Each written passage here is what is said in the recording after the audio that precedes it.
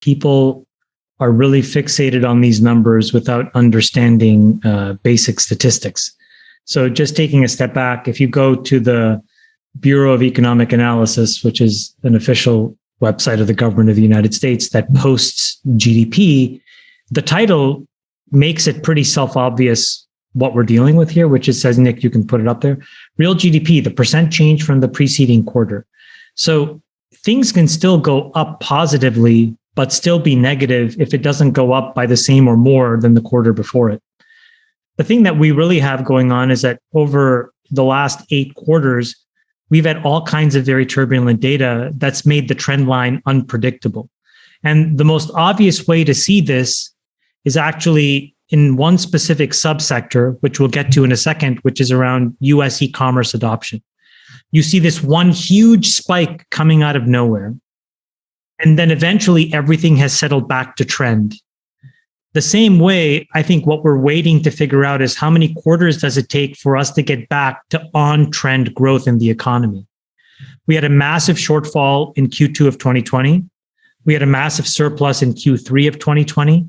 We've had a country that's been getting back to finding equilibrium over the last 5 quarters.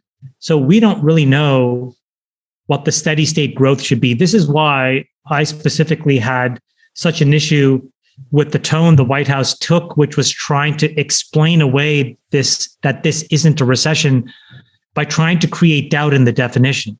Instead, I think it would have been much better off just repeating what I just said and explaining basic statistics and actually showing that the country is headed in the right direction, largely speaking, from a really crazy one-time externality that nobody could have predicted, that it's going to take some number of quarters. And so really what you should look at, and Jason, you've pointed to this, is employment and wages, and try to be a little bit more circumspect in overreacting to any one quarter of data. By the way, the Fed exactly just said the same thing yesterday when they raised 75 basis points. They said, we are not going to give guidance anymore because things are too turbulent. We're going to remain vigilant on inflation, but mostly we're going to be very near-term data dependent. So I would boil all of this in saying, let's not overreact to a quarter's print here or there, and specifically the label. I think the White House made a mistake in trying to basically think, we all didn't understand what a technical recession was. I think instead we should just focus on what we have to do to get back to solid state equilibrium.